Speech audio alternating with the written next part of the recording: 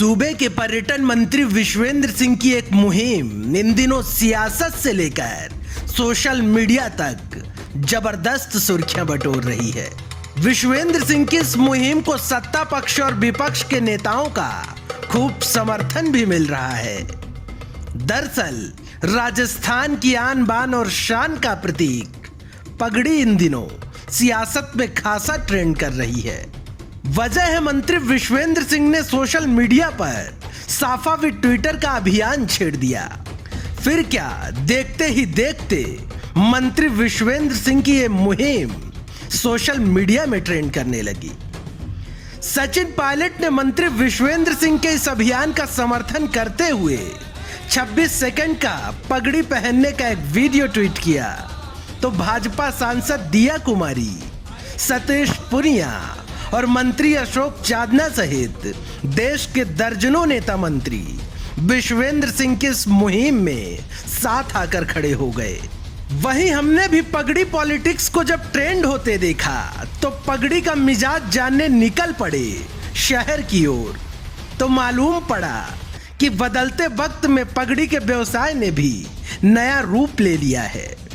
लिहाजा हमने भी पहनी मशहूर जोधपुरी पगड़ी और फिर जाना मौजूदा मिजाज। सियासत से लेकर सोशल मीडिया तक राजस्थान की आन बान और शान का प्रतीक जोधपुरी साफा इन दिनों खासा चर्चाओं में है। और इसके पीछे की वजह यह है कि आखिर कोरोना के बाद जो साफा व्यवसाय है वो कैसे चलेगा। लिहाजा एक नया पैटर्न इजाद कर दिया गया कि जैसा साफा होगा वैसा ही अब मास्क भी होगा। लिहाजा आप देख रहे हैं इस वक्त हम भी जोधपुरी उसी साफे के बिल्कुल पोशाक में हैं और हमारे साथ यहाँ पे दुकान के जो मालिक हैं वो भी मौजूद हैं। वो बताएंगे कि कैसे अब साफे का ट्रेंड चेंज हो रहा। आप देख सकते हैं ये जो मैंने साफा पहन रखा है ये प्योर जोधपुरी स्टाइल का साफा है और राजस्थान का ये ट्रेडिशनल साफा कहा जाता है, जिसकी जो पहचान है वो ना सिर्फ भारत देश में बल्कि विश्व विख्यात जोधपुरी साफे को कहा जा सकता है। बताइए, जिस प्रकार से कोरोना के बाद से जो साफा व्यवसाय है उसमें बदलाव आने लगा, इसके पीछे का क्या कारण है और कैसे अब ये व्यवसाय बूस्ट होगा, आगे बढ़ेगा?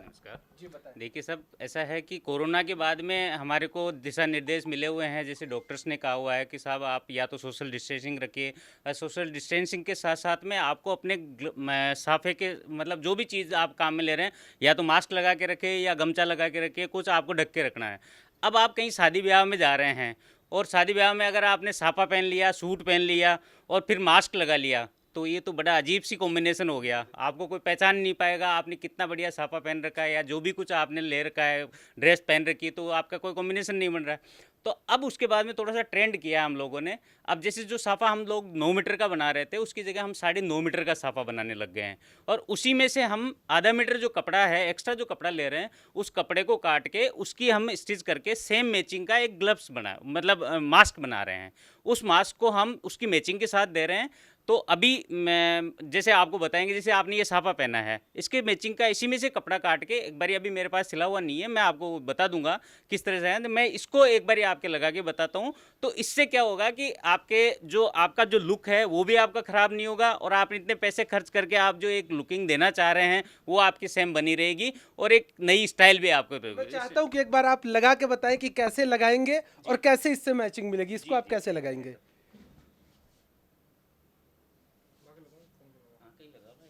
ये आप देख सकते हैं, ये जो हमने साफा लगाया है इसी साफे का एक टुकड़ा है। ये टुकड़ा ये तो साफे के काम आ जाएगा, लेकिन जो साफे से ये टुकड़ा निकाला गया है ये मास्क के काम आ जाएगा। आप देख सकते हैं ये मास्क के काम आ जाएगा। कुल मिला के जो बात कही जा रही थी कि कोरोना के साथ अब कैसे आखिर ये व्यवसाय चलेगा, लिहाजा एक बड़ी चुनौती खड़ी हो गई थी इस व्यवसाय के समक्ष। लेकिन आप देख रहे हैं कि जैसे ही मेरे सिर पे ये जोधपुरी साफा लगा हुआ है ठीक उसी का मैचिंग अब मास्क भी लग गया है। आपने ही मुझे साफा पहना है। सबसे पहले आप अपना नाम बताइए। मेरा नाम शक्ति सिंह राठौड़ है। शक्ति जी, जोधपुरी साफा की क्या विशेषता है और कितने प्रकार से ये बनाए जाते हैं?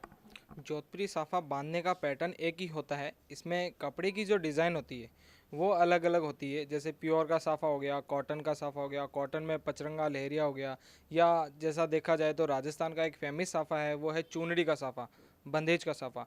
ये शुरू से आज तक चलता आ रहा है और इसे ज़्यादातर ग्रामीण लोग जो गाँव में रहने वाले हैं वो ज़्यादा चूनड़ी का साफ़ा यूज़ में लेते हैं और अपनी ड्रेसअप के अकॉर्डिंग, जैसे आपने क्या पहन रखा है क्या नहीं पहन रखा, उसके अकॉर्डिंग मैचिंग के हिसाब से भी साफ़े चलते हैं।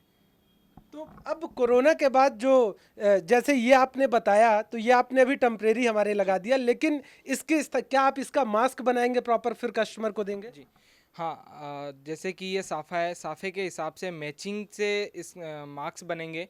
कुछ साफ़ों का ऑर्डर भी कर दिया है, जैसे अभी तो फ़िलहाल सावे कम हैं, लेकिन उन सावों को देखते हुए 50-100 साफ़े जैसे ऑर्डर किए हैं, उनके साथ में आधा मीटर एक्स्ट्रा कपड़ा लेके और सेम मैचिंग से मार्क्स बनवाए हैं। पीछे लास्टिक लग जाएगा और सेम मैचिंग से ही मार्क्स बनेंगे।